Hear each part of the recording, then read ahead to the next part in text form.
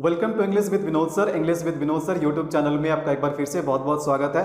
तो आज के वीडियो में हम जानेंगे फ्रेजल वर्ब्स के बारे में। फ्रेजल वर्ब्स क्या होते हैं, फ्रेजल वर्ब्स को जानना, फ्रेजल वर्ब्स को पढ़ना इतना इंपॉर्टेंट क्यों है। तो चलिए शुरू करते हैं। So let's first of all know what is the phrasal verb. तो चलिए सबसे पहले जानते हैं हम फ्रेजल वर्ब हम किसे कहते हैं। अ phrasal verb is a verb combined with a preposition और एन एडवर्ब और बोथ। तो फ्रेजल वर्ब क्या है, फ्रेजल वर्ब भी अपने आप में एक वर्ब है। जैसे कहने का मतलब है प्ले क्या है, प्ले एक वर्ब है, हम जानते हैं कि प्ले एक वर्ब है। राइट एक वर्ब है, अगर हम लिखें तो रन एक वर्ब है। तो देखो हम जानते हैं, अभी तक हम जानते हैं क्या कि वर्ब क्या एक सिंगल वर्ड होता है, ठीक है। लेकिन फ्रेजल वर्ब्स के बारे में अगर हम बात करें तो फ्रेजल वर्ब्स जो होते हैं वो सिंगल वर्ड के नहीं होते। ये सारे वर्ब है लेकिन ये क्या है, सारे सिंगल वर्ड है। देखो ये अपने आप में क्या है, एक सिंगल वर्ड है, ये वन वर्ड का, ये वन वर्ड है, ये वन वर्ड है। बट फ्रेजल वर्ब भी अपने आप में एक वर्ब होता है, लेकिन फ्रेजल वर्ब कभी भी सिंगल वर्ड का नहीं होता है। फ्रेजल वर्ब हमेशा दो वर्ड का हो सकता है या तीन वर्ड का हो सकता है, ठीक है। यानी कि हम कह सकते हैं कि फ्रेजल वर्ब अपने आप में क्या है, फ्रेजल वर्ब अपने आप में एक वर्ड्स का कॉम्बिनेशन है। और इस कॉम्बिनेशन में हमें क्या क्या देखने को मिलता है, ध्यान दीजिएगा। देखो फ्रेजल वर्ब में हमें क्या मिलेगा, एक वर्ब मिलेगा, और उस वर्ब के साथ हमें क्या मिलेगा देखने को, उस वर्ब के साथ हमें देखने को मिलेगा प्रीपोजिशन। तो फ्रेजल वर्ब कैसे बनता है, एक वर्ब प्लस प्रीपोजिशन या फिर एक वर्ब प्लस एडवर्ब। और कभी कभी तो ऐसा होता है कि फ्रेजल वर्ब में हमें एक प्रीपोजिशन के साथ साथ एक एडवर्ब भी देखने को मिलता है, यानी कि बोथ। तो फ्रेजल वर्ब देखो, सबसे पहली बात है कि फ्रेजल, फ्रेज का मतलब क्या होता है। फ्रेज का सबसे पहले फ्रेज का मतलब जानना। देखो फ्रेज से बना है फ्रेजल, तो फ्रेज का मतलब क्या होता है, फ्रेज का मतलब ही होता है ग्रुप ऑफ वर्ड्स। फ्रेज का मतलब क्या होता है, फ्रेज का मतलब ही होता है ग्रुप ऑफ वर्ड्स, यानी जिसमें शब्दों का, जिसमें वर्ड्स का कॉम्बिनेशन हो। तो सिमिलरली जब हम वर्ब को देखो, यहाँ पर हम वर्ब को क्या कह रहे हैं, यहाँ पर हम वर्ब को कह रहे हैं फ्रेजल। इसका मतलब है कि ये भी क्या होगा, ये भी ग्रुप ऑफ वर्ड्स हो गए। और उस ग्रुप में हमें क्या क्या देखने को मिलेगा, एक प्रीपोजिशन, या तो उस वर्ब के साथ प्रीपोजिशन देखने को मिलेगा, या तो उस वर्ब के साथ हमें एडवर्ब देखने को मिलेगा। लेकिन कभी कभार ये भी होता है कि हमें दोनों देखने को मिलता है। तो देखिए चलिए हम एग्जाम्पल से समझते हैं। कोई भी चीज़ें हमें एग्जाम्पल से बहुत ज़्यादा अच्छे तरीके से समझ में आती है। तो देखो यहाँ पर एग्जाम्पल, अब जैसे हमने यहाँ पर क्या किया, हमने यहाँ पर एक एग्जाम्पल लिया, जैसे कि लुक इनटू, हमने एक एग्जाम्पल लिया लुक इनटू। तो देखो लुक इनटू में हम अगर देखने का कोशिश करें तो लुक हमारा क्या है, लुक क्या है, लुक वर्ब है, लुक क्या वर्ब है। और यहाँ पर इनटू क्या है, इनटू हमारा प्रीपोजिशन है। तो लुक हमारा वर्ब है और इनटू प्रीपोजिशन है। चलिए कुछ और एग्जाम्पल लेते हैं। जैसे कि हमने एक एग्जाम्पल लिया, लुक अहेड। देखो यहाँ पर मैं लिखता हूँ लुक अहेड। तो लुक अहेड में हम यहाँ पर ध्यान देंगे, लुक हमारा क्या है, लुक हमारा एक वर्ब है, और अहेड क्या है, अहेड एक एडवर्ब है। अहेड क्या है, अहेड एक एडवर्ब है। बात समझ में आ रही है। तो यहाँ पर हमने अभी तक आपको दो एग्जाम्पल दिए फ्रेजल वर्ब के। देखो इसमें क्या है, वर्ब के साथ साथ एक प्रीपोजिशन है। देखो यहाँ पर हम प्लस कर देते हैं, वर्ब के साथ साथ एक प्रीपोजिशन है, और यहाँ पर वर्ब के साथ साथ देखो यहाँ पर एक एडवर्ब है, और ये दोनों ही फ्रेजल वर्ब है। बात समझ में आ रही है। तो ध्यान दीजिएगा। तो यहाँ पर जो ये फ्रेजल वर्ब बना दो चीज़ों के कॉम्बिनेशन से, एक यहाँ पर वर्ब प्लस प्रीपोजिशन और एक यहाँ पर वर्ब प्लस एडवर्ब। तो फ्रेजल वर्ब में एक बात बहुत इंपॉर्टेंट है, आपको ध्यान में रखना चाहिए, ठीक है। फ्रेजल वर्ब का मीनिंग कभी भी वो मीनिंग नहीं होता, उसके इंडिविजुअल वर्ड का मीनिंग नहीं होता जो हम सोचते हैं। बात समझ में आ रही है। और इसीलिए बच्चों के लिए, बहुत सारे लोगों के लिए फ्रेजल वर्ब बहुत डिफिकल्ट हो जाता है, उसे याद करने में, उसे सीखने में। तो फ्रेजल वर्ब डिफिकल्ट क्यों होता है, फ्रेजल वर्ब डिफिकल्ट इसलिए हो जाते हैं क्योंकि अगर हम सोचेंगे उसके फ्रेजल वर्ब में जो ग्रुप ऑफ वर्ड्स होते हैं, जो वर्ड्स होते हैं, उन वर्ड्स को अगर हम अलग अलग से जो लिखा है अगर हम वही मीनिंग अगर हम जानने का कोशिश करेंगे तो ऐसा मीनिंग नहीं होता है। The meaning of a phrasal verb is always different from the meaning of the individual word. कहने का मतलब है कि ऐसा मत समझ लेना कि लुक का मतलब देखना, आप यहाँ पर ऐसे मत समझ लेना, लुक का मतलब देखना, लुक का मतलब देखना, और इनटू का मतलब में। तो अगर हम ये समझेंगे कि इसका मीनिंग हो गया कि किसी चीज में देखना, तो ऐसा मीनिंग नहीं है। बात समझ में आ रही है। फ्रेजल वर्ब होते हैं क्या है कि फ्रेजल वर्ब लिखे कुछ और होते हैं, उसका मीनिंग कुछ और होता है। ठीक है, उसका लिटरल मीनिंग नहीं होता है, मतलब शब्दों से उसका मीनिंग नहीं निकलता है, इसीलिए इसका नाम है फ्रेजल वर्ब्स। फ्रेजल वर्ब्स भी अपने आप में क्या है, फ्रेजल वर्ब्स भी अपने आप में इडियम्स है। और आपने इडियम्स के बारे में सुना होगा, मैंने एक वीडियो भी बनाए थे और अच्छा खासा वो वीडियो पॉपुलर भी हो रहा है। इडियम्स हम वैसे वर्ड को या ग्रुप ऑफ वर्ड्स को कहते हैं जिसका अपना लिटरल मीनिंग नहीं होता, लिखे शब्द लिखे कुछ और होते हैं और मीनिंग उसका कुछ और होता है। सिमिलरली फ्रेजल वर्ब में भी वर्ड्स लिखे कुछ और होंगे और उसका मीनिंग कुछ और होगा।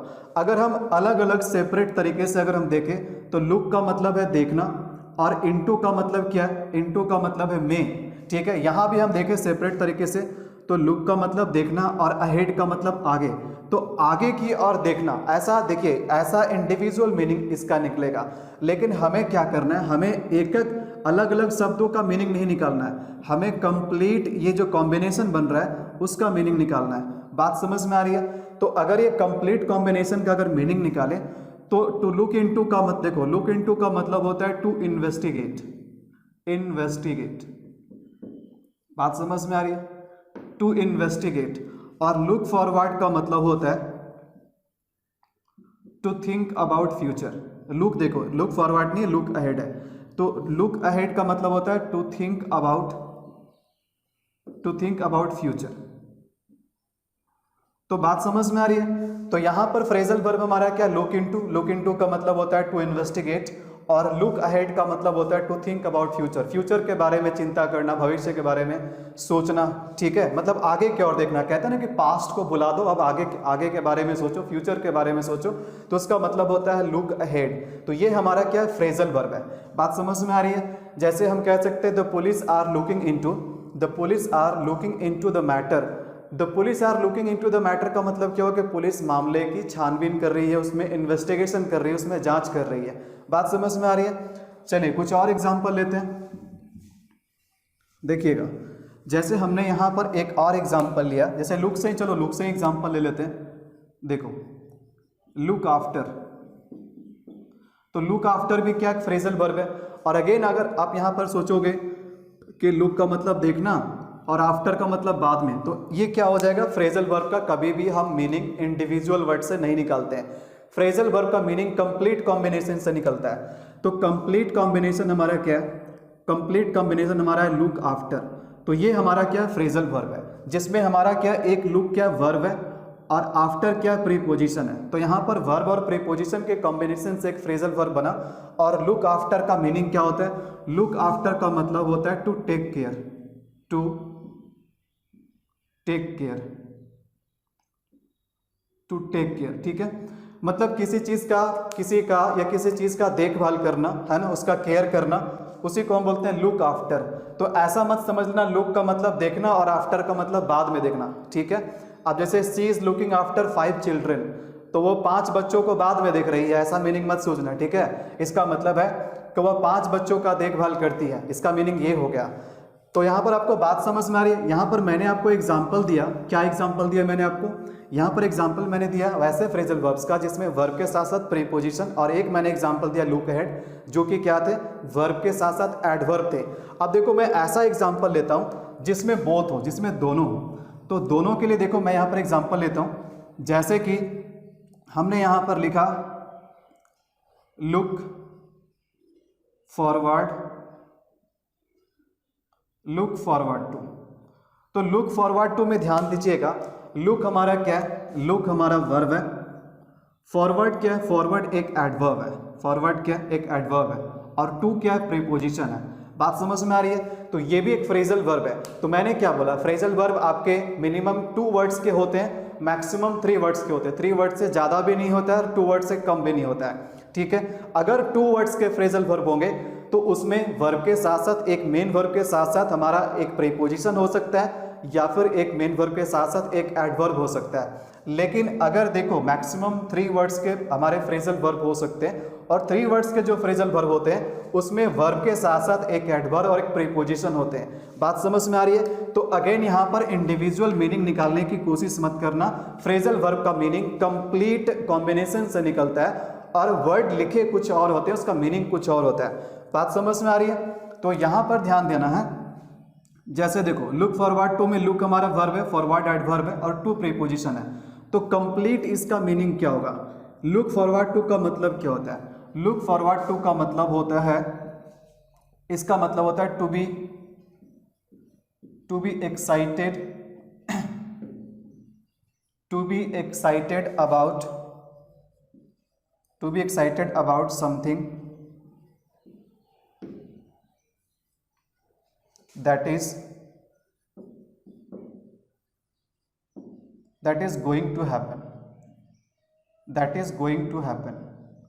मतलब वैसे चीज़ों के लिए बहुत एक्साइटेड रहना, बहुत खुश रहना जो कुछ घटने वाला है, जिसका आप एक अच्छा उम्मीद कर रहे हैं, कुछ आप एक अच्छा भविष्य में कुछ अच्छा घटने का आप उम्मीद कर रहे हैं, मतलब किसी चीज़ का आप बहुत ईगरली वेट कर रहे हैं, बहुत बेसब्री से इंतजार कर रहे हैं किसी अच्छा चीज़ का होने के लिए, आप उसके लिए एक्साइटेड है, तो उसी को बोलते हैं हम look forward to.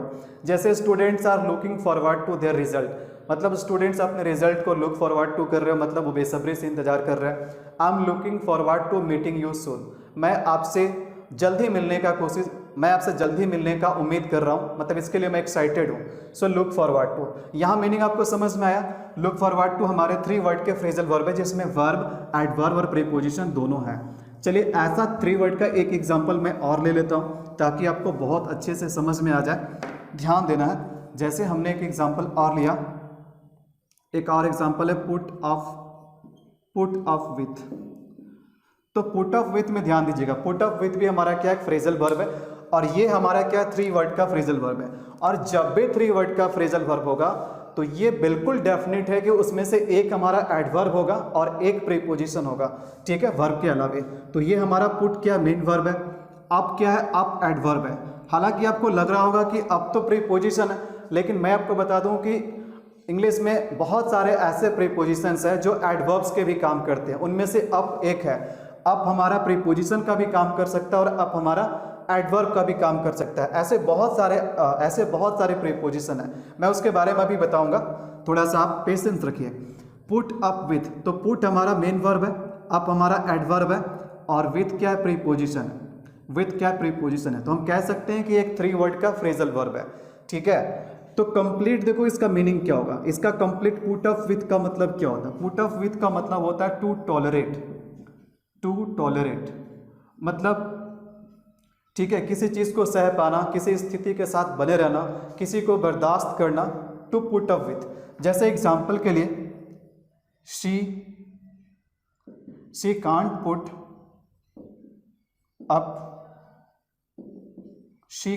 Put up with him. इसका मतलब क्या हो गया? इसका मतलब हो गया कि वह उसे टॉलरेट नहीं कर सकती है, वह उसे बर्दाश्त नहीं कर सकती। She can't put up with him. बात समझ में आ रही है? तो ये हमारे फ्रेजल वर्ब्स है, यहां तक क्लियर है। एक चीज मैं बता दूं कि फ्रेजल वर्ब्स को पढ़ना क्यों इंपॉर्टेंट है। ध्यान दीजिएगा, फ्रेजल वर्ब्स सबसे ज्यादा स्पोकन इंग्लिश में यूज होते हैं।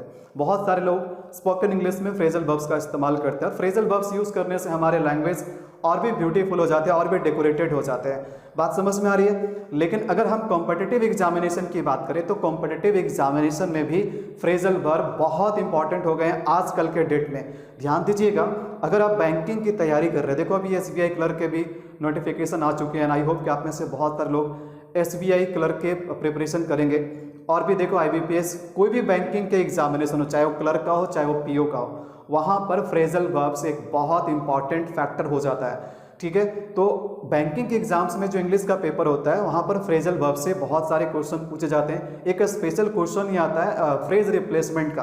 तो फ्रेज रिप्लेसमेंट के क्वेश्चन को आप टैकल तभी बढ़िया से कर पाओगे जब आपको फ्रेजल वर्ब्स के बारे में बहुत अच्छे से जानकारी होगी।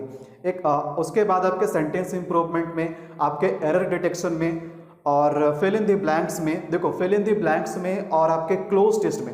अगेन मैं आपको बता दूं, बहुत ही ध्यान से समझना मेरे बात को। देखो फिल इन द ब्लैंक्स के जो क्वेश्चन होते हैं, फिल इन द ब्लैंक्स के जो क्वेश्चन होते हैं, और उसके बाद क्लोज टेस्ट। अगर मैं बताऊं कॉम्पिटिटिव एग्जाम्स में इंग्लिश के पेपर में अगर सबसे ज़्यादा फ्रेजल वर्ब्स का कहीं पर महत्व है तो वो 2 चीज़ है, एक तो है फिल इन द ब्लैंक्स और एक है क्लोज टेस्ट। तो फिल इन द ब्लैंक्स और क्लोज टेस्ट में भर भर के क्वेश्चंस आपके फ्रेजल वर्ब से रिलेटेड आपके क्वेश्चंस दिए जाते हैं।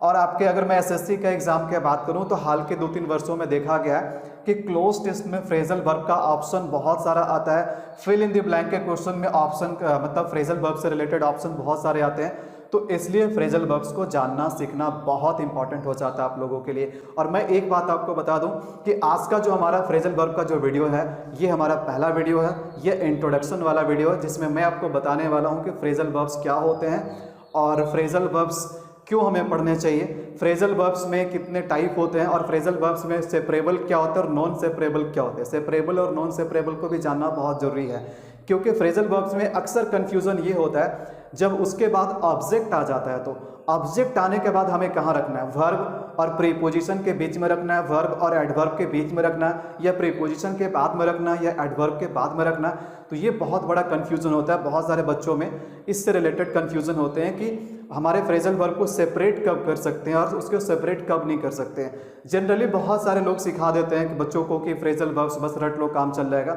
लेकिन इसमें भी कुछ ग्रामेटिकल चीज़ें हैं जो आपको जाननी चाहिए। बात समझ में आ रही है? तो इन सभी चीज़ों के बारे में मैं आपको इस वीडियो में बताऊंगा, आप बने रहिए शुरू से अंत तक देखिए। मैं पहले ही बोल देता हूं जिसके पास पेशेंस नहीं है, जिसके पास टाइम नहीं हो, बिल्कुल अभी ही मेरे वीडियो को छोड़ दे, देखने का जरूरत नहीं है। अगर आप सीखने के पर्पज से आए तो मैं आपको कंप्लीट यहाँ पर फ्रेजल वर्ब सिखाऊंगा और मैं आपके लिए एक सेपरेट प्लेलिस्ट बना दूंगा फ्रेजल वर्ब का। उसमें चाहे कितना भी वीडियो क्यों ना बने, चाहे 10 वीडियो बने, चाहे 15 वीडियो बने, चाहे 20 वीडियो बने, फ्रेजल वर्ब की तैयारी आपकी कंप्लीट होनी चाहिए और मैं कंप्लीट एक प्लेलिस्ट बनाऊंगा।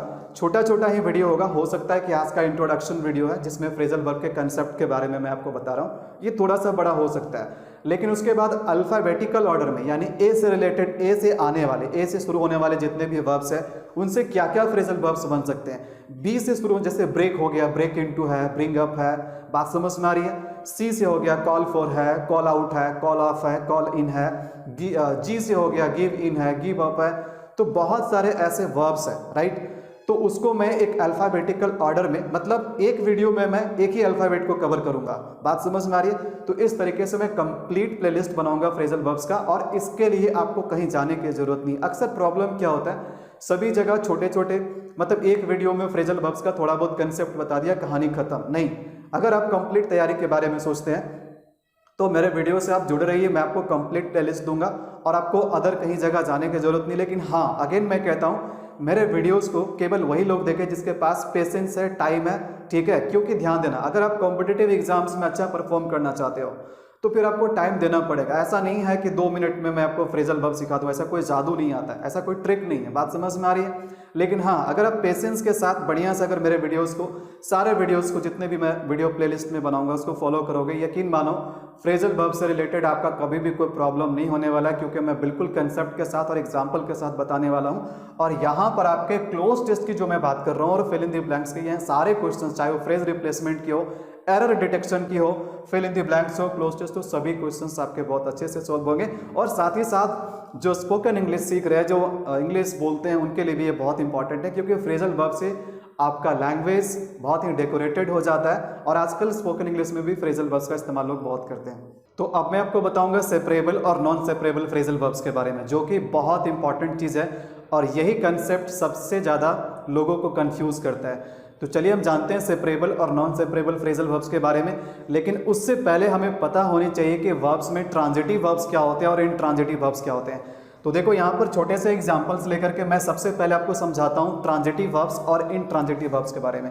ध्यान दीजिएगा, यहाँ पर मैंने 3 सेंटेंसेस लिखे हैं। यहाँ पर देखो शी सब्जेक्ट है और राइट्स हमारा क्या है, वर्ब है। देखो शी सब्जेक्ट्स है, हेल्प्स क्या है, वर्ब है। यहाँ पर देखो शी क्या है, सब्जेक्ट है और डाइट क्या है, वर्ब है। तो ध्यान दीजिएगा, वर्ब हम वैसे वर्ड को कहते हैं जो एक्शन या स्टेट बताने का काम करता है, जिससे हमें कुछ करने का, कुछ डूइंग का सेंस मिलता है। जैसे मैं पढ़ाता हूँ तो पढ़ाना भी एक करना है, वह दौड़ता है, दौड़ना भी एक करना है, वह खेलता है, ठीक है, वे लोग जाते हैं, वे लोग आते हैं। तो कम, गो, प्ले, इट, रन, लाफ, ये सब क्या है, ये सब वर्ब्स है, ठीक है। वर्ब से हमें किसी एक्शन के बारे में पता चलता है या स्थिति के बारे में पता चलता है, और वर्ब हमेशा सब्जेक्ट से बंधा होता है, ठीक है। जो सब्जेक्ट के एक्शन और सब्जेक्ट के स्थिति के बारे में बताता है उसे हम वर्ब कहते हैं। बात यहाँ तक क्लियर है? ध्यान दीजिएगा। तो वर्ब में अगर बात करें तो वर्ब का 2 कैटेगरी होता है। एक होता है अगर हम ऑब्जेक्ट के आधार पर देखें, ठीक है, अगर हम वर्ब के एक्शन के ट्रांसफर के आधार पर देखें तो वर्ब दो तरीके के होते हैं, एक होता है ट्रांजिटिव वर्ब्स, एक होता है इंट्रांजिटिव वर्ब्स। बात समझ में आ रही है? जैसे आप सकर्मक क्रिया और अकर्मक क्रिया कहते हैं, या फिर आपने स्कूल के टाइम में सुना होगा, ठीक है। तो ट्रांजिटिव और इंट्रांजिटिव वर्ब्स क्या होते हैं उसके बारे में हम जानते हैं। तो देखो बहुत ही सिंपल सा कंसेप्ट है। सब्जेक्ट क्या करता है? सब्जेक्ट कोई काम करता है, ठीक है। सब्जेक्ट जो है ना कोई एक्शन करता है, जैसे शी मतलब वह क्या कर रही है, कौन सा काम कर रही है? लिखने का काम कर रही है, ठीक है। और जो भी काम होता है वो किसको मिलता है? वो ऑब्जेक्ट को मिलता है। यानी वर्ब के बाद क्या आता है? वर्ब के बाद ऑब्जेक्ट आता है।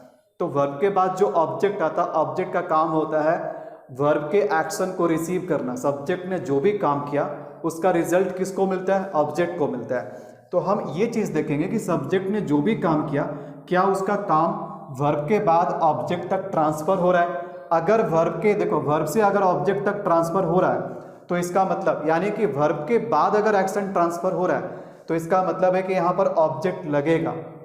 क्लियर है? वर्ब के बाद सब्जेक्ट ने जो भी काम किया और जो भी काम हुआ उस काम का जो रिजल्ट है ना वो आगे बढ़ रहा है, मतलब ऑब्जेक्ट तक जा रहा है, तो उसे हम ऑब्जेक्ट कहते हैं। और वहाँ पर ऑब्जेक्ट बिल्कुल लगेगा, ध्यान दीजिएगा। तो हम कैसे जानेंगे कि कोई वर्ब अपने बाद ऑब्जेक्ट ले सकता है कि नहीं ले सकता है? ये चीज़ जानना बहुत ज़रूरी है। और इसके लिए मैं आपको दो क्वेश्चन वर्ड बताऊंगा, और जब कभी भी आप इन दो क्वेश्चन वर्ड का इस्तेमाल करेंगे तो आप बहुत आसानी से जान जाएंगे कि कोई वर्ब अपने बाद ऑब्जेक्ट लेगा कि नहीं लेगा, ठीक है। इसके लिए आपके पास दो क्वेश्चन वर्ड है। एक क्वेश्चन वर्ड है व्हाट और दूसरा क्वेश्चन वर्ड है whom। तो ध्यान देना है। देखो व्हाट का मतलब तो आपको पता है क्या, और whom का मतलब किसको या किसे, ठीक है। तो ध्यान देना है कि अगर देखो यहाँ पर हमने ऑब्जेक्ट का जगह खाली छोड़ा है, ऑब्जेक्ट का जगह खाली छोड़ा है, अगर यहाँ पर ऑब्जेक्ट लग जाएगा तो इसका मतलब है कि ये वर्ब ट्रांजिटिव है, और अगर ऑब्जेक्ट नहीं लगा तो वह वर्ब इनट्रांजिटिव है। बात समझ में आ रही? हमें कैसे पता चलेगा कि ऑब्जेक्ट लगेगा कि नहीं लगेगा? तो इसके लिए मैंने आपको दो क्वेश्चन वर्ड बताया, ठीक है, व्हाट और होम। तो आप यहाँ पर क्वेश्चन करो, अगर यहाँ पर इन दोनों क्वेश्चन वर्ड में से किसी का भी रिप्लाई आ जाएगा तो इसका मतलब है कि ऑब्जेक्ट लेगा, वह वर्ब अपने बाद ऑब्जेक्ट लेगा। लेकिन अगर इन दोनों क्वेश्चन वर्ड में से किसी का भी रिप्लाई नहीं आता है तो इसका मतलब है कि वह वर्ब अपने बाद ऑब्जेक्ट नहीं लेगा। तो ध्यान दीजिएगा, मैं यहाँ पर कह रहा हूँ क्या कि सी राइट्स, वह लिखती है। अब क्वेश्चन करो वो क्या लिखती है, ठीक है। तो कुछ भी लिखती है, जैसे पत्र लिखती है, she writes a letter, she writes a letter. तो एक बात आप मुझे बताओ, क्या ये जो वर्ब राइट है वो अपने बाद ऑब्जेक्ट ले पाया? तो ऑब्जेक्ट बिल्कुल ले पाया। देखो अब सेंटेंस भी हमारा कंप्लीट लग रहा है, सी राइट्स अ लेटर, जिसमें सी सब्जेक्ट, राइट्स वर्ब और लेटर ऑब्जेक्ट। तो इसका मतलब है कि जो वर्ब अपने बाद ऑब्जेक्ट ले लेता है वैसे वर्ब को हम ट्रांजिटिव वर्ब कहते हैं। क्या कहते हैं? Transitive verb. एक वर्ब का ऑब्जेक्ट होना चाहिए और वही वर्ब अपना ऑब्जेक्ट लेता है जो ट्रांजिटिव होता है। बात समझ में आ रही है? यहाँ भी क्वेश्चन करो, वह हेल्प करती है। यहाँ क्वेश्चन बन रहा है कि नहीं बन रहा है, किसको हेल्प करती है, ठीक है। अब जैसे मैंने यहाँ पर लिखा कि वह मोहन को हेल्प करती है, सी हेल्प्स मोहन। तो मोहन कहाँ पर आ गया? मोहन आ गया ऑब्जेक्ट के जगह पे। तो इसका मतलब है कि राइट हमारा एक ऐसा वर्ब है जो अपने बाद ऑब्जेक्ट ले लिया, और हेल्प भी हमारा एक ऐसा वर्ब है जो अपने बाद ऑब्जेक्ट ले लिया। तो इसका मतलब क्या है? देखो इसका मतलब है कि राइट भी हमारा ट्रांजिटिव वर्ब है और हेल्प भी हमारा ट्रांजिटिव वर्ब है। तो ये दोनों वर्ब ट्रांजिटिव वर्ब है। हमने कैसे पता किया? इस क्वेश्चन वर्ड से। वह लिखती है, क्वेश्चन करो वह क्या लिखती है, तो क्या के रिप्लाई में क्या मिला? लेटर। अच्छा, वह हेल्प करती है, किसको हेल्प करती है? किसको? क्वेश्चन करो किसको, तो किसको हेल्प करती है? मोहन को। तो मोहन क्या है? ऑब्जेक्ट है। तो सिंपल सी बात है, अगर ऑब्जेक्ट का जगह पे इन दोनों में से कोई भी क्वेश्चन वर्ड फिट बैठेगा, उसका रिप्लाई मिलेगा, तो इसका मतलब है कि वो वर्ब अपने बाद ऑब्जेक्ट लेने की क्षमता रखता है। और जो वर्ब अपने बाद ऑब्जेक्ट ले सकता है उसे हम ट्रांजिटिव वर्ब्स कहते हैं, राइट। ध्यान देना यहाँ पर, शी डाइड। अब क्वेश्चन करो वह मर गई, शी डाइड। अब क्वेश्चन करो वह क्या मर गई? क्या इसका कोई रिप्लाई आपको आया? नहीं ना, बिल्कुल ओड लगेगा आपको, बिल्कुल नॉनसेंस लगेगा। वह क्या मर गई, इसका कोई रिप्लाई है? नहीं है। अच्छा, वह किसको मर गई, इसका भी कोई रिप्लाई है? नहीं। हाँ, वह कैसे मर गई, तो कैसे एक रीजन बता रहे, ठीक है, कैसे मरी। तो ये सब चीज़ एडवर्ब में आता है। लेकिन हमें अभी अब क्या पता करना? हमें पता करना ऑब्जेक्ट, और ऑब्जेक्ट पता करने के लिए हमारे पास दो ही वर्ड है, एक व्हाट है और एक होम है। बात समझ में आ रही है? तो यहाँ पर आप केवल इन्हीं दो क्वेश्चन वर्ड का इस्तेमाल कर सकते हैं ऑब्जेक्ट को पता करने के लिए। अब यहाँ पर ध्यान देना, शी हमारा सब्जेक्ट है, डाइड हमारा वर्ब है। लेकिन यहाँ पर ऑब्जेक्ट आएगा कि नहीं आएगा, इस खाली जगह पे ऑब्जेक्ट आएगा कि नहीं आएगा, इसे पता करने के लिए हम लोगों ने क्या किया, इन क्वेश्चन वर्ड का इस्तेमाल किया और इन क्वेश्चन वर्ड में से किसी का भी रिप्लाई हमें नहीं मिला।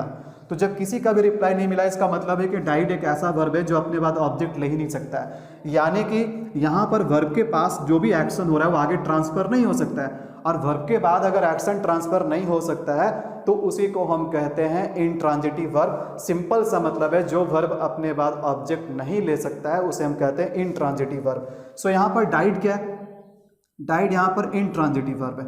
बात समझ में आ रही है? तो ये चीज़ मुझे सबसे पहले समझाना बिल्कुल जरूरी था कि ट्रांजिटिव वर्ब क्या होते हैं और इंट्रांजिटिव वर्ब क्या होते हैं। तो आइए अब हम जानते हैं सेपरेबल और नॉन सेपरेबल फ्रेजल वर्ब्स के बारे में। तो हम फ्रेजल वर्ब को सेपरेबल और नॉन सेपरेबल क्यों करें, ये सेपरेबल और नॉन सेपरेबल का मतलब क्या होता है। तो देखो इसको सबसे पहले एक छोटे से एग्जाम्पल से समझो, ध्यान देना यहाँ पर। जैसे हमने यहाँ पर एक एग्जाम्पल लिखा, ही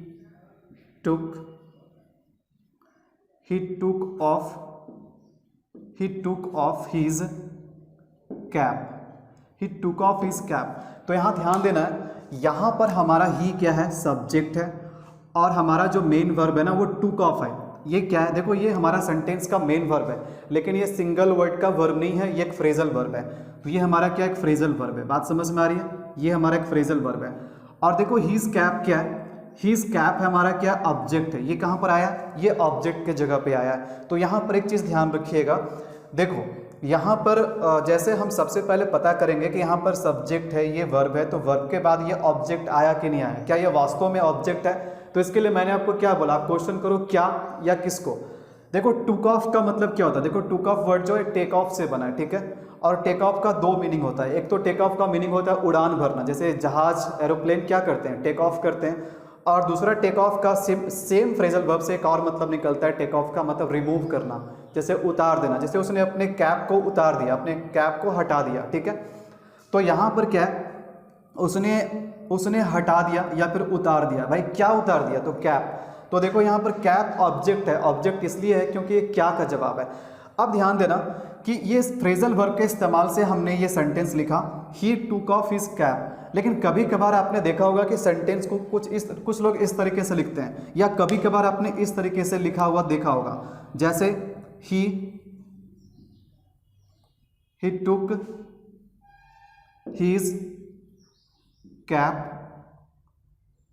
हिज कैप ऑफ। तो देखो ये भी सेंटेंस सही है। यहां ध्यान देना, ये हमारा सब्जेक्ट है, ये हमारा वर्ब है, ये हमारा फ्रेजल वर्ब का वर्ब है, लेकिन इसके साथ जो प्रीपोजिशन है ना वो लास्ट में आ गया। ध्यान देना, यहां पर क्या था, यहां पर हमारा फ्रेजल वर्ब का वर्ब और यहां पर इसका जो प्रीपोजिशन है ये साथ में है। लेकिन देखो इसी सेंटेंस को दूसरे तरीके से जब लिखा जाता है, ही टूक हिज कैप ऑफ, तो यहां पर ध्यान देना वर्ब यहां पर है और प्रीपोजिशन यहां पर है, और बीच में हमने ऑब्जेक्ट को रखा। ये जो ऑब्जेक्ट है ना, इस ऑब्जेक्ट को हमने बीच में रखा, ये जो ऑब्जेक्ट है हिज कैप, इसको हमने बीच में रखा, यानी कि हमने फ्रेजल वर्ब को क्या कर दिया, सेपरेट कर दिया। सिंपल सी बात है, फ्रेजल वर्ब अपने आप में क्या, एक कॉम्बिनेशन है, दो वर्ड या तीन वर्ड का यूनिट है, और जब आप उसको सेपरेट कर देते हो, उसे अलग अलग कर देते हो, मतलब उस फ्रेजल वर्ब का वर्ब आप कहीं पर और लिखते हो और प्रीपोजिशन आप कहीं और लिखते हो, है ना, तो उसी को हम कहते हैं सेपरेबल। तो इसका मतलब है कि यहाँ पर दोनों ही एग्जाम्पल सही है, ये भी सही है और ये भी सही है। ही टूक ऑफ हिज कैप और ये क्या, ही टूक हिज कैप ऑफ, दोनों सही है। तो ये एग्जाम्पल है हमारा, सिंपल एग्जाम्पल है जिसमें हम सेपरेट नहीं कर रहे हैं, और यहाँ पर हम इसको फ्रेजल वर्ब को सेपरेट कर रहे हैं। तो ध्यान दीजिएगा, ऐसा नहीं है कि सभी फ्रेजल वर्ब्स के साथ आप ये सेपरेट कर सकते हो, सभी फ्रेजल वर्ब्स को आप सेपरेट नहीं कर सकते हो, सभी फ्रेजल वर्ब को आप स्प्लिट नहीं कर सकते हो, उसको तोड़ करके उसको अलग अलग नहीं लिख सकते हो। केवल कुछ फ्रेजल वर्ब्स है जहां पर आप सेपरेट कर सकते हो, यानी दोनों तरीके से लिख सकते हो, है ना, लेकिन सभी जगह ये काम नहीं कर सकते हो। लेकिन ये हमें कैसे पता चलेगा कि किस फ्रेजल वर्ब में हम प्रीपोजिशन और वर्ब को सेपरेट कर सकते हैं और कहाँ पर हम सेपरेट नहीं कर सकते हैं। तो उसी का कंसेप्ट मैं आपको यहाँ पर समझाने वाला हूँ, और ये बहुत इंपॉर्टेंट है। सेंटेंस इंप्रूवमेंट का जब क्वेश्चन आएगा ना फ्रेज रिप्लेसमेंट का, तो कभी कभार ऐसे भी क्वेश्चन बनाया जाता है, आपको दोनों तरीके से लिख करके दे देगा, या फिर ऐसे लिखेगा, आपसे पूछ देगा कि ये सही है कि गलत है, मतलब यहाँ पर इंप्रूवमेंट की जरूरत है कि नहीं है। तो दोनों में से कहीं भी सुधारने का कोई जरूरत नहीं, क्योंकि दोनों ही तरीका अपने आप में सही है। सेपरेट करके भी लिख सकते हैं और सेपरेट नहीं करके भी लिख सकते हैं, लेकिन कब करना है और कब नहीं करना इसी के बारे में मैं आपको अभी बताऊंगा। तो सबसे पहले हम इंट्रांजिटिव फ्रेजल वर्ब्स के बारे में जानते हैं। देखो फ्रेजल वर्ब्स में मैंने क्या बोला कि फ्रेजल वर्ब भी अपने आप में वर्ब है, तो नो डाउट इसमें भी ट्रांजिटिव होगा और इंट्रांजिटिव होगा। तो सबसे पहले हम इंट्रांजिटिव फ्रेजल वर्ब्स के बारे में बता रहे हैं। और एक बात मैं आपको अभी बता दूं कि फ्रेजल जो इंट्रांजिटिव फ्रेजल वर्ब्स होते हैं वो ऑलवेज नॉन सेपरेबल होते हैं। इंट्रांजिटिव फ्रेजल वर्ब को सेपरेट करने का जरूरत है ही नहीं। और क्यों जरूरत नहीं है? क्योंकि अभी अभी मैंने आपको बताया कि इंट्रांजिटिव वर्ब अपने बाद ऑब्जेक्ट नहीं लेता है। तो जब ऑब्जेक्ट लेगा ही नहीं तो फिर हम यहाँ पर इसको फ्रेजल वर्ब को सेपरेट करने का कोई मतलब ही नहीं होता है। हम सेपरेट कब करते हैं? हम सेपरेट करते हैं ऑब्जेक्ट को जब हम बीच में लिखते हैं, जब हम वर्ब और प्रीपोजिशन वर्ब या एडवर्ब के बीच में जब हम ऑब्जेक्ट लिखते हैं तभी हम सेपरेट करते हैं, मतलब फ्रेजल वर्ब को तोड़ देते हैं, उसे ब्रेक कर देते हैं, है ना, अलग अलग लिखते हैं। उसके वर्ब कहीं और लिखते हैं, उसके पार्टिकल कहीं और लिखते हैं। कब? जब ऑब्जेक्ट होता है तब। तो सिंपल सा बात मुझे ये बताओ, किस तरह का वर्ब अपने बाद ऑब्जेक्ट लेता है? मतलब ऑब्जेक्ट कहाँ पर आ सकता है? ट्रांजिटिव के बाद ऑब्जेक्ट आएगा कि इंट्रांजिटिव के बाद ऑब्जेक्ट आएगा? तो यहाँ पर हम कह सकते हैं कि ऑब्जेक्ट हमारा ट्रांजिटिव के बाद आता है, इंट्रांजिटिव के बाद ऑब्जेक्ट आता ही नहीं है। और जब इंट्रांजिटिव के बाद ऑब्जेक्ट आता ही नहीं है तो फिर यहाँ पर सेपरेट करने का कोई मतलब ही नहीं बनता। मतलब फ्रेजल वर्ब जैसा लिखा रहेगा वैसे ही लिखा रहेगा। तो ध्यान दीजिएगा, यहाँ पर कुछ एग्जाम्पल है हमारे फ्रेजल वर्ब्स का, वैसे फ्रेजल वर्ब्स का जो कि इंट्रांजिटिव है। जैसे ग्रो अप, ये एक इंट्रांजिटिव है। सिट डाउन इंट्रांजिटिव है। वेक अप इंट्रांजिटिव है, एटसेट्रा। तो ये सारे इंट्रांजिटिव वर्ब्स हैं। मतलब इंट्रांजिटिव है कि नहीं है कैसे पता करेंगे? आप सेंटेंस लिखो और इसके बाद ऑब्जेक्ट लगा करके दिखाओ। जैसे अगर हमने लिखा एग्जाम्पल में, हमने लिखा she has grown up, she has grown up. तो यहाँ पर ध्यान दीजिएगा कि शी हमारा क्या है? शी सब्जेक्ट है। और यहाँ पर हैज़ ग्रोन अप क्या है? ये वर्ब है, ठीक है।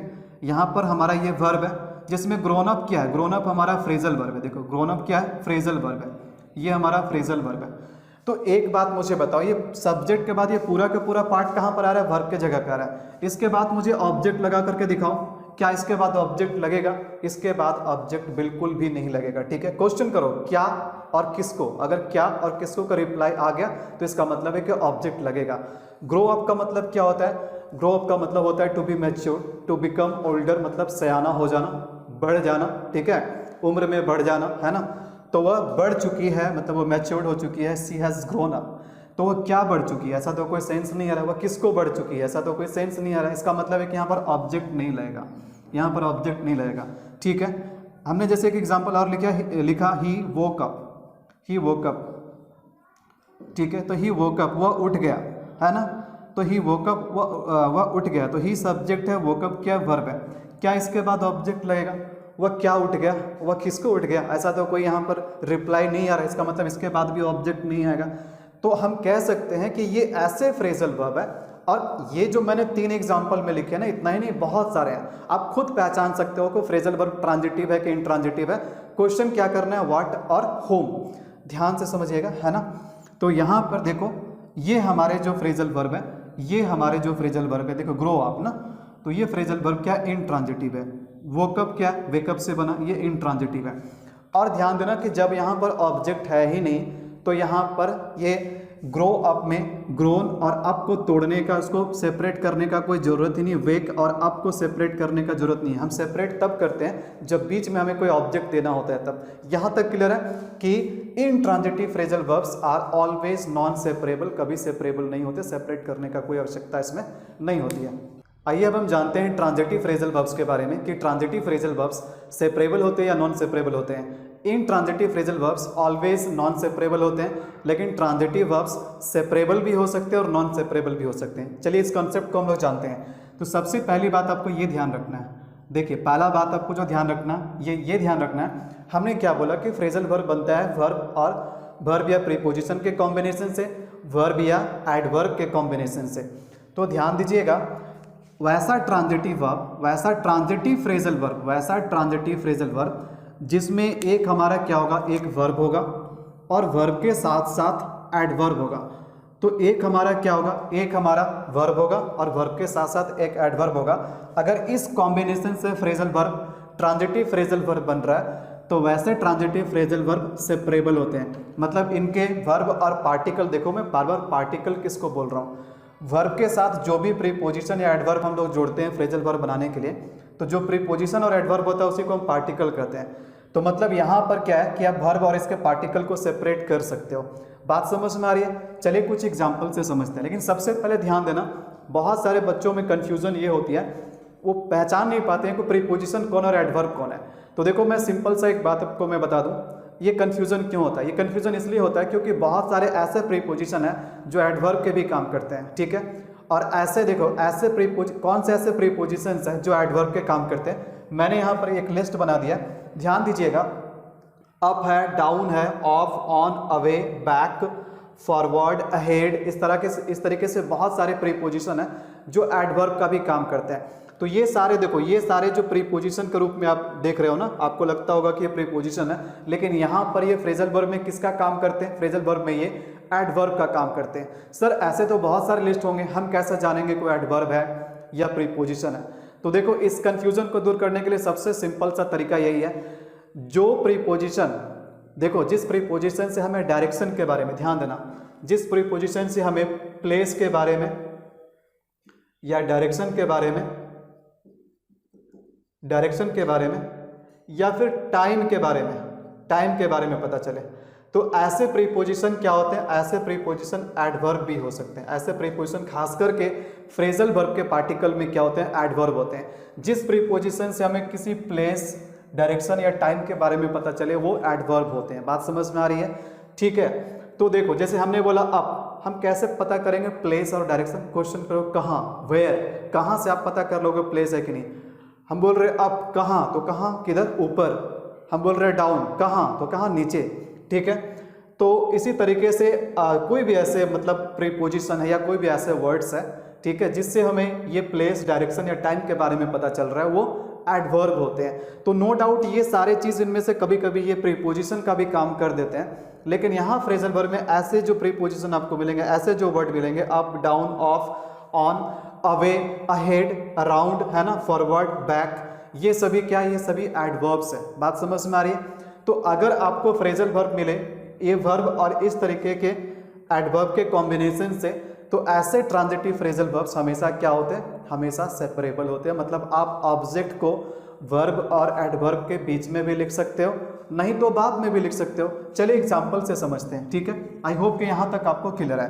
तो ध्यान देना, एग्जाम्पल के लिए हमने एक यहाँ पर एक फ्रेजल वर्ब लिया, और फ्रेजल वर्ब लिया टर्न ऑफ। हमने फ्रेजल वर्ब क्या लिया? टर्न ऑफ, ठीक है। तो टर्न ऑफ में टर्न क्या है? देखो टर्न ऑफ में टर्न क्या है? टर्न हमारा वर्ब है, और ऑफ क्या है? ऑफ आप यहाँ पर प्रीपोजिशन मत कहना, ठीक है। यहाँ पर ऑफ क्या है? एक एडवर्ब है, जैसा कि मैंने अभी आपको उधर बताया, तो ये एडवर्ब है, राइट। तो टर्न ऑफ का मतलब क्या होता है आपको तो बताएंगे। टर्न ऑफ का मतलब होता है टू स्टार्ट, बंद कर देना। जैसे आप टीवी, कंप्यूटर, रेडियो क्या करते हो? आप बंद करते हो। बात समझ में आ रही? टू स्टार्ट या फिर टू क्लोज, ये तो आपको पता ही है पहले से, राइट। अब एग्जाम्पल देखते हैं। जैसे हमने एक एग्जाम्पल लिखा, ही टर्न, ध्यान से देखिएगा बोर्ड की तरफ, ठीक है। He turn off the radio हो, टीवी हो, चाहे जो कुछ भी हो। जैसे हमने यहाँ पर रेडियो लिख दिया, ही टर्न ऑफ द रेडियो, तो उसने रेडियो को क्या कर दिया? बंद कर दिया। ये हमारा क्या है? ये सब्जेक्ट है। ये हमारा फ्रेजल वर्ब है, जो कि ट्रांजिटिव फ्रेजल वर्ब है। क्यों ट्रांजिटिव फ्रेजल वर्ब है? क्योंकि इसके बाद रेडियो के रूप में ऑब्जेक्ट आ रहा है, ठीक है। तो ही टर्न ऑफ द रेडियो, उसने रेडियो को बंद कर दिया। क्या हम इस फ्रेजल वर्ब को सेपरेट करके लिख सकते हैं? क्या यहाँ पर हम इसको टर्न को अलग लिख दें और ऑफ को अलग लिख दें, और टर्न और ऑफ के बीच में हम रेडियो ऑब्जेक्ट को यहाँ पर लगा दें? इसका मतलब है क्या हम इसको ऐसा लिख सकते हैं? ही turned the radio off। क्या ये भी तरीका सही है? यहाँ पर हमने क्या कर दिया? यहाँ पर हमने वर्ब और इसके जो पार्टिकल है उसको हमने सेपरेट कर दिया, यानी कि टर्न यहाँ पर लिखा हुआ है, ऑफ यहाँ पर लिखा हुआ, और इसके बीच में ऑब्जेक्ट आ गया, तो हमने क्या कर दिया? यहाँ पर सेपरेट कर दिया। तो क्या यहाँ पर सेपरेशन चलेगा? बिल्कुल चलेगा। ये भी सही है, ध्यान देना, ये भी सही है और ये भी सही है। He turn off the radio और he turn the radio off, ये दोनों ही सही है। बात को ध्यान से समझना। अब ध्यान देना, एक कॉन्सेप्ट मैं और बताऊंगा, यहाँ तक तो आई होप कि क्लियर है। तो हम क्या कर सकते हैं यहाँ पर, हम यहाँ पर ट्रांजिटिव फ्रेजल वर्ब्स को, जिसमें वर्ब के साथ साथ पार्टिकल में एडवर्ब हो, हम उसको सेपरेट कर सकते हैं। कब? जब ऑब्जेक्ट हमारा कोई नाउन हो, जब ऑब्जेक्ट हमारा कोई नाउन हो। जैसे अभी मैंने एग्जांपल दिया रेडियो वाला, और एक एग्जांपल देखो, यहाँ पर हमने एक एग्जांपल और लिखा, he picked up the pen, उसने पेन को उठाया। इसको ऐसे भी लिख सकते हैं, he picked the pen up, he picked the pen up. यहाँ पर हमने इसको दो तरीके से लिखा। तो यहाँ पर ध्यान देना, जो हमारा ऑब्जेक्ट है पेन है, ऑब्जेक्ट क्या है? पेन है, और पेन क्या है? पेन एक नाउन है। तो एक बात हमेशा ध्यान रखना, हम सेपरेट तभी करेंगे जब ये सारे कंडीशंस फॉलो हो और वहाँ पर ऑब्जेक्ट हमारा क्या हो? ऑब्जेक्ट हमारा नाउन हो, ठीक है। तो जब ऑब्जेक्ट नाउन होगा ना, तो हम दोनों तरीके से लिख सकते हैं। He picked up the pen, ये भी तरीका सही है। He picked the pen up, यानी सेपरेट करके लिखोगे तो ये भी तरीका सही है, दोनों तरीका सही है। लेकिन एक चीज़ ध्यान देना, एक चीज़ ध्यान क्या देना कि यहाँ पर देखो प्रोनाउन क्या है, ध्यान देना, यहाँ पर क्या है? नाउन क्या है? पेन है। तो कभी कभार क्या होता है कि ऑब्जेक्ट में नाउन के जगह पे प्रोनाउन आ जाता है। ऑब्जेक्ट में नाउन भी आ सकता है, प्रोनाउन भी आ सकता है। तो प्रोनाउन के केस में क्या होगा? अगर यहाँ पर देखो, अगर यहाँ पर ऑब्जेक्ट के रूप में नाउन ना आए, कोई प्रोनाउन आ जाए, जैसे प्रोनाउन में हमने क्या लिखा? इट, ठीक है। ऑब्जेक्ट ये हमारा हो गया, ऑब्जेक्ट हमारा ये हो गया। देखो इसको मैं लिख देता हूँ फिर से, he picked it up, he picked it up, ठीक है। तो अब यहाँ पर आपको ध्यान रखना है कि दोनों में से कौन सा सही, क्या दोनों सही है फिर एक सही है? देखो यहाँ पर हमारा ऑब्जेक्ट है इट, जो कि प्रोनाउन है, ठीक है। यहीं पर, यहाँ पर भी हमारा ऑब्जेक्ट क्या सेम है, प्रोनाउन है। तो यहाँ पर जब हम पहले तरीके से लिख रहा हूँ इस चीज़ को, ही पिक्ड अप इट, तो यहाँ पर हम क्या कर रहे हैं? इसको सेपरेट नहीं कर रहे हैं। और जब मैं दूसरे तरीके से इस चीज़ को लिख रहा हूँ, ही पिक्ड इट अप, तो हम लोग यहाँ पर क्या कर रहे हैं? इस फ्रेजल वर्ब को सेपरेट कर दे रहे हैं। इसका वर्ब कहीं और लिख रहे हैं और इसका पार्टिकल कहीं और लिख रहे हैं, ठीक है। और बीच में हमने क्या किया? ऑब्जेक्ट को लगा दिया, जो कि प्रोनाउन है। तो यहाँ पर क्या दोनों सही है? तो यहाँ पर ध्यान रखना, यहाँ पर दोनों सही नहीं है। यहाँ पर आपको हर हाल में सेपरेट करके ही लिखना पड़ेगा। ध्यान दीजिएगा, ये आपका गलत हो जाएगा और ये आपका सही होगा। तो ये सारे केस में अगर ऑब्जेक्ट नाउन ना आकर के प्रोनाउन आ जाए, तो ऐसे स्थिति में हमेशा आपको फ्रेजल वर्ब को सेपरेट करके ही लिखना पड़ेगा, यानी सेपरेबल फॉर्मेट में ही लिखना पड़ेगा। ध्यान देना, जैसे हमने लिखा, आप बताओ, ही turn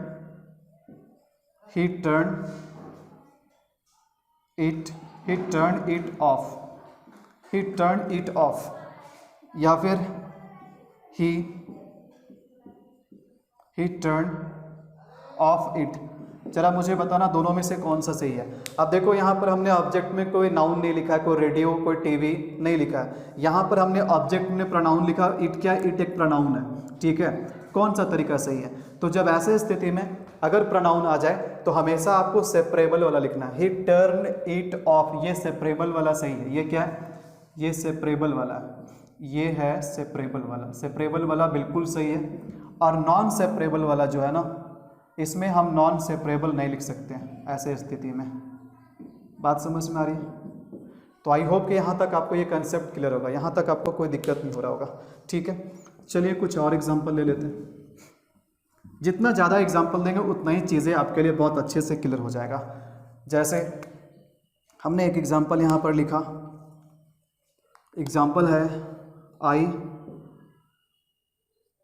I took the knife, I टुक, ऐसा लिखते हैं, I took away the knife from him. और एक है आई टुक अवे नहीं, आई टुक द, इसको सेपरेट करके लिखते हैं, I took the knife I took the knife away from him. तो देखो यहाँ पर हमने एक फ्रेजल वर्ब को इस्तेमाल किया, टेक अवे। तो टेक अवे का मतलब होता है किसी से छीन लेना, ठीक है, किसी से अचानक से छीन लेना। तो मैंने क्या किया, जो नाइफ था ना, मैंने उससे नाइफ को छीन लिया, राइट। तो यहाँ पर ध्यान दीजिएगा, यहाँ पर अगेन हमारा टुक क्या एक वर्ब है, और ये अवे क्या, अवे एक एडवर्ब है। जैसा कि मैंने आपको बताया कि ये सभी क्या है, ये सभी एडवर्ब है, ये सभी एडवर्ब है। तो इसका मतलब है कि ये हमारा इस कॉम्बिनेशन पे बन रहा है, और ये क्या है, एक ट्रांजिटिव फ्रेजल वर्ब है। और ऑब्जेक्ट में क्या आ रहा है, ऑब्जेक्ट में आ रहा है नाइफ, ये हमारा ऑब्जेक्ट है, ऑब्जेक्ट में क्या आ रहा है, नाइफ आ रहा है। तो क्या ये दोनों तरीका लिखना सही है? बिल्कुल सही है, क्योंकि ऑब्जेक्ट में नाउन आ रहा है और ये भी कंडीशन फॉलो हो रहा है। इसका मतलब I took away the knife from him, ये भी सही है, और I took the knife away from him, ये भी सही है, दोनों सही है, ठीक है। तो यहाँ पर हम क्या कर रहे हैं, फ्रेजल वर्ब को एक साथ लिख रहे हैं, इस यूनिट को हम तोड़ नहीं रहे हैं। और यहाँ पर यूनिट हमारा क्या हो गया, टूट गया, ठीक है। यहाँ वर्ब लिखा हुआ है और इसका पार्टिकल देखो अवे यहाँ पर लिखा हुआ है, ठीक है, पी का मतलब पार्टिकल। तो यहाँ पर हमने ऑब्जेक्ट को लिखा। तो आई होप कि यहाँ तक आपको क्लियर हो रहा होगा कि हम सेपरेबल और नॉन सेपरेबल किसे कहते हैं, और हम ट्रांजिटिव फ्रेजल वर्ब में कब सेपरेट करते हैं। तो अभी मैंने आपको बताया कि ट्रांजिटिव फ्रेजल वर्ब सेपरेबल कब होते हैं। अब हम जानते हैं कि transitive phrasal verb non separable कब होते हैं। तो यहाँ पर ध्यान दीजिएगा, अगर कोई भी ट्रांजिटिव फ्रेजल वर्ब एक वर्ब और एक प्रीपोजिशन के कॉम्बिनेशन से बनेगा, मतलब वैसा ट्रांजिटिव फ्रेजल वर्ब्स जहाँ पर वर्ब होगा और एक प्रीपोजिशन होगा, तो वैसे transitive phrasal verbs non separable होते हैं। मतलब हम इसे सेपरेट नहीं कर सकते, हम इसे सेपरेट नहीं कर सकते। तो इससे पहला वाला हमने क्या देखा था, वैसे ट्रांजिटिव फ्रेजल वर्ब्स जिसमें वर्ब के साथ साथ एडवर्ब था। लेकिन यहाँ पर दूसरा नंबर में क्या है, यहाँ पर दूसरा नंबर में वर्ब के साथ साथ एडवर्ब नहीं है बल्कि प्रीपोजिशन है। तो इस तरह का जो हमारा फ्रेजल वर्ब होगा ना, इस तरह का फ्रेजल वर्ब भी सेपरेबल नहीं होते। मतलब हम यहाँ पर वर्ब और प्रीपोजिशन को अलग अलग नहीं लिख सकते हैं, वर्ब और इसके पार्टिकल को हम अलग नहीं कर सकते हैं। फॉर एग्जाम्पल के लिए हम यहाँ पर देख सकते हैं, जैसे एक बहुत अच्छा एग्जाम्पल मैं यहाँ पर लेता हूँ, जैसे लुक आफ्टर। तो ध्यान देना है कि लुक आफ्टर एक ऐसा फ्रेजल वर्ब है जिसमें लुक वर्ब है और आफ्टर क्या, आफ्टर प्रीपोजिशन है। तो यहाँ पर ध्यान दीजिएगा कि ये ऐसा, मतलब ये ऐसा ट्रांजिटिव फ्रेजल वर्ब्स बन रहा है जिसमें वर्ब के साथ साथ प्रीपोजिशन है। तो इसको हम सेपरेट नहीं कर पाएंगे। जैसे देखो एग्जाम्पल से हम यहाँ पर समझते हैं, कोई चीज़ें हमें एग्जाम्पल से ज़्यादा बेहतर समझ में आता है। जैसे हमने यहाँ पर एग्जाम्पल में लिखा, जैसे हमने यहाँ पर एग्जाम्पल में लिखा she looks after, she looks after the baby, she looks after the baby. तो यहाँ पर ध्यान दीजिएगा, क्या हम लोग इसको सेपरेट करके भी लिख सकते हैं? क्या हम लोग इसको ऐसा लिख सकते हैं, she looks the baby after.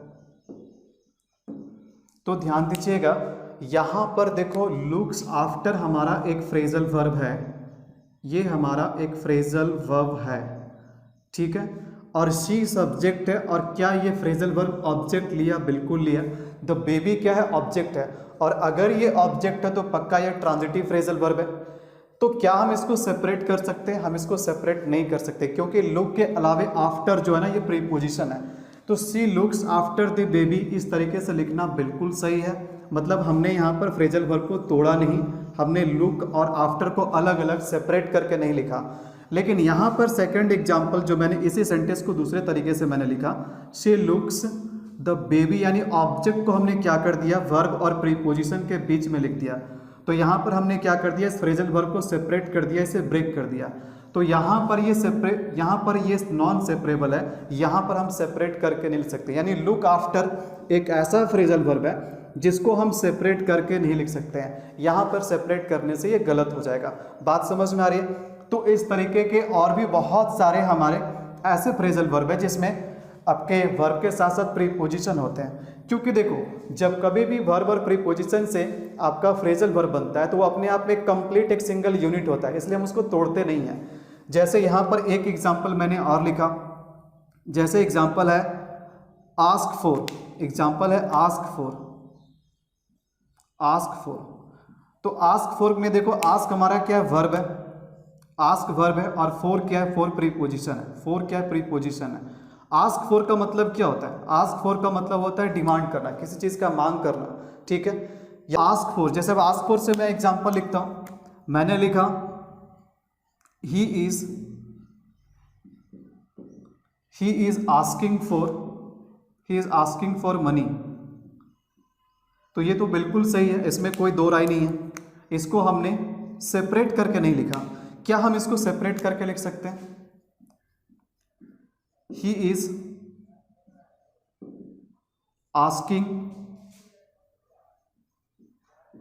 Asking money for, तो यहां पर हम इसको सेपरेट करके नहीं लिख सकते हैं, ये नॉन सेपरेबल है, क्योंकि आस्क हमारा यहां पर एक वर्ब है और फॉर प्रीपोजिशन है, और वर्ब और प्रीपोजिशन के कॉम्बिनेशन से जो ट्रांजिटिव फ्रेजल वर्ब्स होते हैं उसको हम सेपरेट नहीं करते, दीज आर नॉन सेपरेबल। बात समझ में आ रही है। तो आइए अब लास्ट में हम जानते हैं 3 वर्ड्स फ्रेजल वर्ब के बारे में, यानी वैसे फ्रेजल वर्ब जिसमें एक वर्ब और एक वर्ब के साथ साथ एक एडवर्ब और एक प्रीपोजिशन होगा।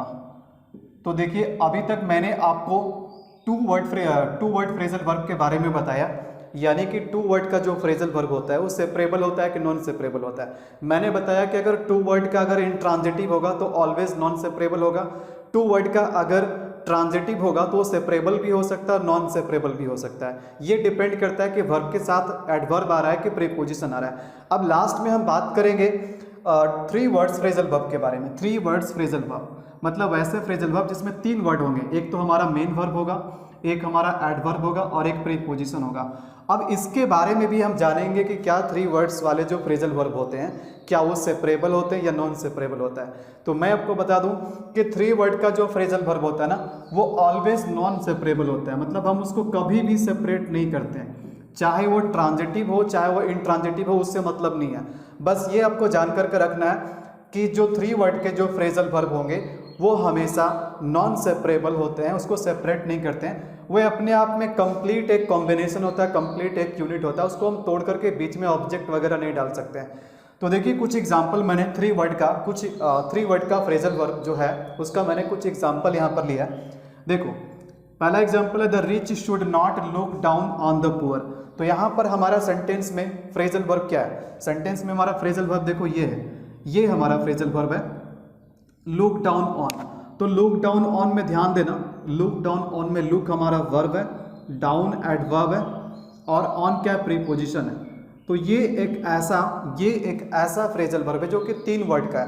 तो देखो लुक डाउन ऑन का मतलब क्या होता है, कभी कभार आपको लुक डाउन ऑन के जगह पे देखो ऑन के जगह पे कभी कभी अपॉन भी मिल जाएगा, लुक डाउन ऑन या फिर लुक डाउन अपॉन। तो लुक डाउन ऑन या फिर लुक डाउन अपॉन एक फ्रेजल वर्ब है जिसका मतलब होता है टू कंसीडर इन्फीरियर, मतलब किसी दूसरे को इन्फीरियर समझना, मतलब अपने से नीचा समझना किसी को, मतलब खुद को बहुत सुपीरियर समझना, खुद को बहुत बड़ा समझना, ठीक है, और दूसरे लोगों को अपने से नीचा समझना, उसको इन्फीरियर समझना, मतलब उसको 2 कौड़ी का समझना, मतलब वैसे समझना कि सामने वाला व्यक्ति 2 टके का इंसान है, आपके लिए वो वैल्यूएबल नहीं है। बात समझ में आ रही, यानी किसी को तुच्छ समझना, किसी को नीची निगाह से देखना। तो इसका मतलब देखो क्या है, अमीर लोगों को गरीब लोगों, ठीक है, अमीर लोगों को गरीब लोगों को कभी भी इन्फीरियर नहीं समझना चाहिए, उसे नीची निगाह से नहीं देखना चाहिए, उसे तुच्छ नहीं समझना चाहिए। बात समझ में आ रही है। तो कभी भी हम ये जो फ्रेजल वर्ब है ना इसको सेपरेट नहीं कर पाएंगे। अब मुझे बताओ ये जो हमारा इस फ्रेजल वर्ब के बाद जो ऑब्जेक्ट आ रहा है हम सेपरेट कब करते हैं, ऑब्जेक्ट का ही जो पोजीशन होता है उसी को बैठाने के लिए हमको सेपरेट करना पड़ता है। तो मुझे बताओ कि इस ऑब्जेक्ट को आप कहाँ लगाओगे, लुक के बाद लगाओगे कि ऑन के बाद लगाओगे, यहाँ पर तो 3 वर्ड आ गया। तो इसलिए यहाँ पर जो 3 वर्ड के जो फ्रेजल वर्ब होते हैं वहाँ पर वो नॉन सेपरेबल होता है। अगर ऑब्जेक्ट आएगा भी तो हम इसके लास्ट में लिखेंगे, यानी प्रीपोजिशन के लास्ट में लिखेंगे, उसके बीच में नहीं लिखेंगे। बात समझ में आ रही है। और एक बात और भी ध्यान से समझना, जब 3 वर्ड का फ्रेजल वर्ब होता है ना तो उसमें सबसे पहले वर्ब आता है, उसके बाद एडवर्ब आता है, उसके बाद प्रीपोजिशन आता है। ये फिक्स्ड बात है, ठीक है, ऐसा नहीं कि वर्ब के बाद पहले प्रीपोजिशन आ जाए तब एडवर्ब आ जाए। ये हमेशा याद रखना, जब 3 वर्ड का फ्रेजल वर्ब होगा तो सबसे पहले वर्ब, उसके बाद एडवर्ब और उसके बाद preposition. And 3 word phrasal verbs are always non separable, कभी भी हम इसको सेपरेट नहीं कर सकते हैं, ठीक है। और एग्जाम्पल देखो, we look forward to. Your reply. तो देखो लुक फॉरवर्ड टू हमारा 3 वर्ड का फ्रेजल वर्ब है, हमारा यहाँ पर लुक फॉरवर्ड टू ये कंप्लीट क्या है कि 3 वर्ड का फ्रेजल वर्ब है, जिसमें लुक क्या है वर्ब है, फॉरवर्ड क्या है एडवर्ब है, और टू क्या है प्रीपोजिशन है। बात समझ में आ रही है। लुक फॉरवर्ड टू का मतलब होता है to eagerly wait for something, मतलब उत्सुकता से बहुत एक्साइट होकर के किसी चीज़ के लिए इंतजार करना, खास करके कुछ अच्छी चीज़ों के लिए इंतजार करना। तो मतलब है कि we look forward to your reply, मतलब हम लोग आपके रिप्लाई का, आपके आंसर का बहुत ही बेसब्री से इंतजार कर रहे हैं। बात समझ में आ रही है। अगला देखो एग्जाम्पल है, the manager get along with the boss.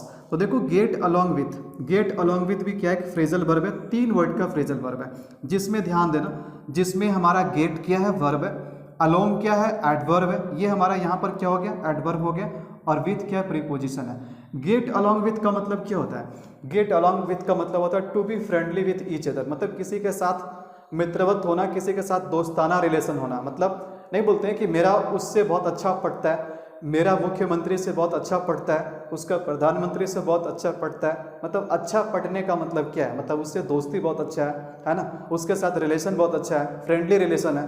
बात समझ में आ रही, तो उसी को बोलते हैं get along with. The manager get along with the boss, मतलब मैनेजर जो है ना उसके बॉस के साथ बहुत अच्छा पड़ता है, यानी दोनों का रिलेशन बहुत अच्छा है। बात समझ में आ रही। तो ये रहा फ्रेजल वर्ब का कंप्लीट कंसेप्ट, जिसमें मैंने आपको फ्रेजल वर्ब के बारे में बताया, फ्रेजल वर्ब क्या होता है और ट्रांजिटिव वर्ब क्या होते हैं, इंट्रांजिटिव वर्ब क्या होते हैं, और फ्रेजल वर्ब सेपरेबल कब होते हैं, नॉन सेपरेबल कब होते हैं। सबसे ज़्यादा कंफ्यूजिंग पॉइंट क्या है, सबसे ज़्यादा कंफ्यूजिंग पॉइंट है separable and non separable. And I hope कि आज के वीडियो से आपका सेपरेबल और नॉन सेपरेबल वाला पार्ट भी क्लियर हो गया होगा। ठीक है, तो आज का वीडियो थोड़ा सा बड़ा इसलिए है क्योंकि सारे चीज़ें मुझे इसी वीडियो में समझाना था, सारे कंसेप्ट के बारे में। ठीक है, नेक्स्ट टाइम से देखो फ्रेजल वर्ब बहुत सारे हैं, जितने भी इंपॉर्टेंट फ्रेजल वर्ब से सभी मैं कवर करूंगा एक अल्फाबेटिकल ऑर्डर में। तो आने वाले वीडियोस आपके फ्रेजल वर्ब्स के होंगे बहुत सारे, है ना। छोटे छोटे वीडियो में मैं आपके इस कंप्लीट फ्रेजल वर्ब का जो कोर्स है ना उसको कंप्लीट करूंगा। बस आप मेरे चैनल को फॉलो कीजिए। अगर आप अभी तक मेरे चैनल के सब्सक्राइबर नहीं हैं तो आप चैनल को जरूर सब्सक्राइब कर लीजिए। वीडियो अच्छा लगा है तो वीडियो को लाइक जरूर कीजिए और अपने दोस्तों तक ज़्यादा से ज़्यादा शेयर कीजिए। और एक चीज़ और कीजिएगा, आप मेरे टेलीग्राम चैनल ज्वाइन कर लीजिए। टेलीग्राम चैनल का लिंक आपको नीचे डिस्क्रिप्शन में मिल जाएगा, ताकि मेरे आने वाले कोई भी वीडियो है ना सबसे पहले नोटिफिकेशन आपको टेलीग्राम चैनल के माध्यम से मिल जाए। आप वहाँ जुड़े रहेंगे तो आप मुझसे कनेक्टेड रहेंगे। वहाँ पर मैं आपको किसी तरीके का PDF होगा, किसी तरीके का नोटिफिकेशन होगा जब मैं लाइव आऊँगा, हर तरह की चीज़ आपको अपडेट वहाँ पर टेलीग्राम चैनल पर मिल जाएगा। तो आप टेलीग्राम चैनल को ज्वाइन कर लीजिए। ठीक है, मिलूंगा आपसे नेक्स्ट वीडियो में। यहाँ पर फ्रेजल वर्ब के जितने भी पार्ट होंगे सारा का मैं एक अलग से मैं एक प्लेलिस्ट बना दूंगा, ताकि एक प्लेलिस्ट में जाकर के आपके फ्रेजल वर्ब के कोर्स कंप्लीट हो जाएंगे। ओके, तो चलिए मिलते हैं आपसे नेक्स्ट वीडियो में। तब तक के लिए नमस्कार and it's a good bye.